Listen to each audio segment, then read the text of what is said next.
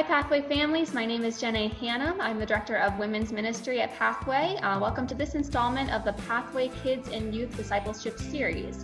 I have with me today Ben Marshall. He's our youth pastor. Hey. And Jenine Pyle, our interim children's director. And just as a reminder, the purpose of this series is that we at Pathway firmly believe that our parents and grandparents are the primary source of spiritual influence in our kids' lives. And so the purpose of this series is to encourage you in discipleship and just to serve as a reminder that discipleship can occur in very ordinary and simple moments in the life of your family. So one moment that we're going to be talking about today that might be occurring maybe more often, maybe less, is conflict in your homes. We know that right now we're all together, and sometimes when we're all together in the same space for a long time, conflict can arise. So guys, the first question for today is, does conflict occur in godly homes? Definitely not. No. Not in our house, right? Conflict. I'm not sure what that is. No, of course it does. Yeah, absolutely it does. I mean, you even look at the Bible. I mean, Jesus got in conflict, right? And who was more godly than Jesus? Like, he was perfect, and he got into conflict. And so, yeah, absolutely, conflict occurs in godly homes. Now, that's not to say that all conflict is godly, but conflict occurs in godly homes for sure. Yeah. I was thinking of in John, where Jesus says that in this world you will have troubles, and we're not promised a life of ease. There's going to be conflict, and we're going to have to deal with it. And how we deal with it is really if we're choosing to do it godly or not. Yeah, I think that's important. Like, there's healthy conflict and there's unhealthy conflict. Yeah. Right. And I think, like, we see healthy conflict in the life of Jesus and how he handled it and what he did, and in some other biblical examples, like the Bible talks about, like, opposing people to their faces, and we talked about that in some of the services a while back. And so there's good conflict, and I think sometimes the issue is we have like an unhealthy view of conflict, whether something was modeled for us in a negative way, or we're just not comfortable with it, or whatever it might be. And I think so. Like, I think the question kind of stems sometimes from that reality of, like, what is godly conflict? And yes, it occurs in godly homes, but we sometimes just have like an unhealthy view of it and what it is. Mm-hmm. That's good. Yeah, I think and one form of conflict that maybe you guys are seeing, I know that I've been seeing, is sibling conflict right now. You guys both have 2 kids. How can we respond to the conflict between siblings, between our kids, in a way that honors God? How can we point our kids to resolving conflict in a way that honors God? Yeah, honestly, I mean, for me, this is hard. This is probably one of the biggest struggles day to day. And so when we were talking about doing this, I was scared because I don't feel like I'm handling it well. But I was encouraged as I thought about it, and really thought about how we can handle this. I mean, we need to enter into these conversations with prayer. And that's not always easy. I mean, often I'm reactionary sometimes. And so we do need to slow down and pray as we enter into these conflicts. I'm thankful that God gives us grace in that. I think for our family, I mean, I don't know how many times a day I'm saying, treat others as you would like to be treated, all day long. And we've talked a lot with our son about, I mean, our neighbor isn't just our neighbor. Our neighbor is anybody that's not us. So trying to help our kids see that it's not just about ourselves. But making sure that we're thinking about, I mean, the siblings are our neighbors as well, and showing them that love that we want to be treated with. That's good. I mean, it sounds like Jenine. I'm not always good at it. Yeah, no, I get that. It might be my tone or how I say it. Or when you say it, like, goes after you reacted, maybe. Yes. So obviously, we don't come as perfect people to this. But I think, I do have 2 kids, but one of them is 3 months old. So the sibling conflict is a bit one-sided. And so I think what we have done with that is tried to figure out just like evaluating the conflict and what's really going on. because often like the presenting behavior is often like not the actual issue. Like there's something else going on. So if Aaliyah is getting mad at Sophie, well, chances are it's because she doesn't like to share her parents right now, or she wanted a toy or wanted to do a different activity than we're currently needing to do because like Sophie needs to eat or sleep or something like that. So I think evaluation is really helpful in conflicts, just asking good questions of your kids, but also like reading between the lines of like, okay, what's really going on behind the scenes. And that does require us as parents to like take that step back and to not just like be in the thick of it with them, but to think, okay, where is this coming from? Like trying to understand their heart in the conflict. And that like maybe conflict is the only way they know how to express that emotion or express that feeling. And so trying to help them navigate then, okay, we've evaluated, we figured out where this is really coming from. Now, here are some ways that you can get that out. Like you can't deny the feeling that you're feeling, but just the way that it's being expressed is maybe not helpful, is not godly, not leading you in a good direction. So. Yeah, no, I absolutely agree with that. I think we need to help our kids and our teens sort out their emotions. And that way, I mean, there is a root to this. I mean, often it's pride or sin. And so we need to help our kids understand that and come to that conclusion. And I think this is a wonderful opportunity to help them learn confession. And coming to God and asking him to forgive them, and then going to the sibling. And that's sometimes the harder part, going to that person and asking for forgiveness. Yeah, I think that's good. That's good. I think we also have a cultural norm that we're fighting as Christian parents, kind of fighting against. I think the cultural norm that you see on TV shows, and that's just kind of out there, is that siblings fight, and that's normal. Kind of that sibling rivalry thing is just kind of something that is. And so combating that a little bit, I think, is important. I know one thing we preach all the time to my girls is that your sister's your best friend. Your sisters are your best friend. They are a friend for life. And we say that over and over and over again, just kind of reminding our kids that that bond is something that's, they're going to be there forever. Friends will come and go, but your sisters won't. And so just, in our house, one thing we've kind of said over and over again is like, we don't tolerate sibling fighting. It happens, it occurs, but we solve it and we move on because our sisters are our best friends. So just kind of reminding our kids that that's not our family norm, I think, is an important thing. And just making those relationships something that's kind of elevated above other relationships that we have outside the family, that sibling bond is an important thing. What advice would you guys have for families who maybe are facing, maybe they have 2 kids and they're like, okay, well, that's wonderful if, your kids get along, but I have 2 kids who don't get along. They seem to be at each other's throats constantly. Yeah, that's good. That's a good question. Yeah, that's a really good question. I mean, that's something I'm battling with, I think. I've been blaming it a lot on the gender thing too. I mean, having a boy and a girl, they have different interests. They have very different personalities, and that's hard. But I feel like, I don't know, since we've been going through this quarantine for the last several weeks, it's given them an opportunity to pull together and come to some common grounds and work together. But they're going to be, I mean, we want them to know that they're friends and they're always going to be able to rely on one another. And that's really important. I would agree with that. Yeah, I think, I mean, again, that evaluating thing, like, why is the conflict coming up? Is it a personality difference? Is it a gender difference? Is it an activity difference? Like maybe energy level difference? Like one is crazy and off the walls and the other just wants to like sit and read books. Well, okay, they're not probably going to do a whole lot of activities that they're going to agree with on together. So I think, just being students of your kids and learning kind of the ins and outs of them and what their interests are, and also like,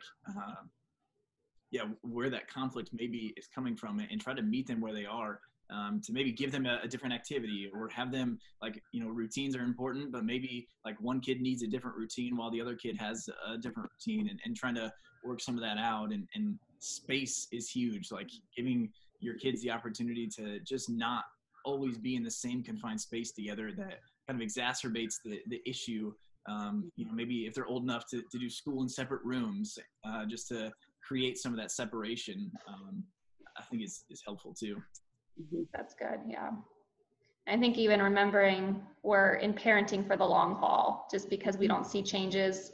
Our hope is that sibling relationships will last well after our kids leave the home. And so just because they might be at each other's throats now, that's my hope, at least for my girls, is that they'll be friends later in life too, Well, conflict doesn't just occur between siblings.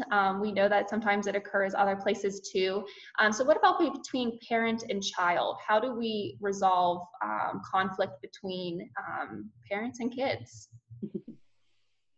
I mean, I think, one is just acknowledging that it's going to happen. And again, it's going to happen in a godly home. And it's sometimes a part of life. And honestly, when I think about the conflict that I have with my kids, it's most often because both of us are being selfish. And so just realizing that in myself, that as a parent, there are things that I have to sacrifice in order to parent my child well. So I need to lay down my selfishness often, because my kids don't understand that. Like, they don't quite understand sacrifice and letting go of selfishness at this point. And so to show them by example, to do that myself. And then I think also being quick to apologize in those moments, and allowing my kids to see me like, hey, I messed up. I made a mistake and I owe you an apology. Like, there are times where you have to apologize to your brother or sister, and there are times where you have to apologize to me. Well, here's the time that I have to apologize to you, and here's what I did wrong. Maybe explain a little bit of the situation, like, here's what else was going on, and here's why I responded in the way I did. But regardless of the reason that I responded this way, like, it was not right. And would you forgive me? I think modeling forgiveness is very helpful, because, we always hate it when our kids like just apologize because they got caught or whatever. Like, you can tell it's a very insincere apology. So to give sincere apologies yourselves and model that for them, I think is very huge. Absolutely. And I think we need to be grounded in our responses, and extend grace and love to our kids. I think I am sometimes too firm in certain things, and we need to be flexible with them, and show them that grace and love. I mean, if we think about Jesus and how constantly patient he is with us, how many times a day do we mess up? In the Psalm, I loved this Psalm. It says, it's 103, 13 through 14. As a father shows compassion to his children, so the Lord shows compassion to those who fear him. For he does not know he knows our frame. He remembers that we are dust. And so, I mean, I think just the fact that God is showing us compassion, that's something we do need to give to our children as well in conflict. Yeah. One passage as well, just to share, that I always think of in conflict, that is one that, again, I don't always do super well, but one that I think is a good reminder is James 1:19-20. And it says, "Know this, my beloved brothers, let every person be quick to hear, slow to speak, slow to anger, for the anger of man does not produce the righteousness of God." And I think often, like, whenever I experience conflict, whether it's like with another person or with my child or whatever, it's often because I've been slow to hear and quick to speak and quick to anger. And I've just like reversed everything that verse says for us to do. So I think reminding ourselves of that, to be quick to hear, like quick to understand and listen, slow to speak and respond, slow to anger, allow ourselves to take that deep breath, to maybe take some space if we need to give ourselves a timeout as we give our kids a timeout, or whatever it might be, just to create some of that space to, okay, breathe, like, I saw what just happened. I need a moment before I can respond in a good way. So let's both take a moment and then come back together in a few minutes. So yeah, that's helpful to me, I think. That is helpful. Yeah, I think modeling good conflict resolution is so important, because we're teaching our kids how they're probably going to model and resolve conflict themselves in the future. I think our last question is, we talked about, Ben, you alluded to the fact that we're all kind of cooped up at home right now. We're in each other's spaces. And so maybe there are some things that we can do, maybe some tips that we could give parents, maybe to alleviate some of the conflict or to get ahead of conflict before it starts. So what tips might you have to help with that right now? Yeah, I mean, I think flexible routines, like we all need a routine. Like you think about it, most of our kids had a routine at one point, whether it was all day school or not, like whatever age group you are, our kids had a routine. And so they are used, or were, I guess they're not anymore. They were used to that routine, but just routine is important. But I think also flexibility within that routine, kind of reading your kids and seeing like, okay, everyone's getting a little bit antsy, like there's some tension building up, like for some reason, everyone woke up on the wrong side of the bed today, including me. And so we just all need to go get outside. Like maybe it's raining, go jump in some mud puddles. Maybe it's sunny out, like go for a family walk, or find some space in your house, like move some beds around and just have a dance party or something. Like find some healthy coping skills in the flexible routine. For us, sometimes it's just like, we just need to go run around. Like we've got like this little loop in our house that we can run. And that's super helpful. Or Aaliyah loves to dance. So turning on the loud music as loud as it can go and just like running around and jumping and all that stuff kind of works out some of that frustration and some of those things. So I think, outside is great when the sun's out and weather and all that. But even just some time apart, like, hey, we're going to have some time each day where we don't have to all be together. And you're going to go to your room. I'm going to go to my room, and we're going to just hang out there for X amount of time. Probably depending on the age, it's going to be maybe 3 minutes if your kid's 3, or you can go longer when the older they get. But I think the space apart is pretty helpful too. Yeah, I find flexibility with routine is key, and if we can't get outside, I feel like we all feel better. I think that I find in the moments where like I have to do something and I don't give my kids something concrete to do or to be active with, that's when they like explode. So like dinner time, like I'm gonna go make dinner, and if I'm like, okay, like just play, that's when the fight starts. So I think that those are times where, okay, how about you guys go do this? Or eventually sometimes they create games, but I think it's helpful to guide them a little bit in what that could look like. So that way you're not feeling frustrated, I start to feel tension, and that's when we typically end up exploding and acting wrong towards our kids. So I definitely encourage some guidance in that, especially for the littler ones. They might need that structure and encouragement in a specific thing. I definitely agree with breaks. I mean, we always have quiet time. It's not always great. There's a lot of visiting and being flexible with that. But we all kind of need a refresh. And they ask me like, why do we have to do this? And I'm like, we all need like some moments. And sometimes even with that, it might be, I mean, just in that break time, maybe you guys need to listen to a worship song.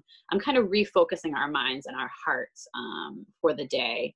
Kind of like a refresh or a reset is helpful. I like that. I know for my oldest, she is a first grader and just kind of a little bit more of an emotional kid. We have found that it's important for her to be able to anticipate that there is moments where she can come to us and just kind of give emotions and let us know how she's feeling. And that's been a really important part of her day.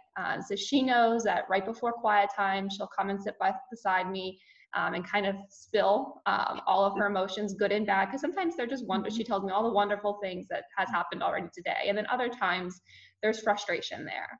And then there was another check-in point where my husband goes up with her and he spends a few times with her at the end of bedtime, or right before bedtime. And those checkpoints have seemed to be really, really helpful for her. And she'll tell me things even in the morning. She'll go, I have something to tell you before quiet time. And it's not something big, but it's more just like, instead of like letting her emotions out right then, she knows that there's these checkpoints where she can share those feelings. So for those with maybe kids who are a little emotional or even reactive, setting up those times where kids can anticipate that they can come to you might be a helpful and important thing. Yeah, I like that a lot. Any other thoughts before we close? One other thing I was just going to say is, I mean, I think it's important to be drawing our kids to the scriptures, no matter where they're at. I mean, when they're little, you can do simple Bible stories and kind of talk about how that relates to our lives. But one that I was really thinking about, and I think this could go with any kid, but especially when we think about conflict, is if we look at 1 Corinthians 13 and look at love, what is love? Maybe take a week to go through that and go through each part of it. So love is patient. Well, what is patience? And trying to work through that with your kids. And I mean, that's what love is. It doesn't mean like we're not perfect. God is love. And so he's these things, but we can grow in these things. Mm-hmm. And we can help our kids see that, maybe walking through that scripture. And it also helps us see how we can relate to one another in those conflict situations. So I would encourage turning back to the scriptures and finding that as a basis. So that way, I think it helps reorient how we respond to situations. Absolutely. Yeah. That's good. That is really good. I think I would say just similar to what we talked about, even with our dinner discipleship conversation, like, hey, you're going to fail, but it's okay. Like we all do, like we all make those mistakes. And so again, just remembering to ask for forgiveness and to model that forgiveness and the grace that we receive to extend that to our kids. So I think just remembering that and just staying encouraged and keeping going with it, keep moving forward and keep working at it yourself. Because I don't know, most of us aren't born doing conflict well. It's a learned skill, and some of us have learned it better than others, and learned conflict different than others, and maybe we do conflict different than our kids do, different than our spouse does. And so we just need to keep learning and keep growing in it. So. Yeah, absolutely. Jenine, would you close us in prayer?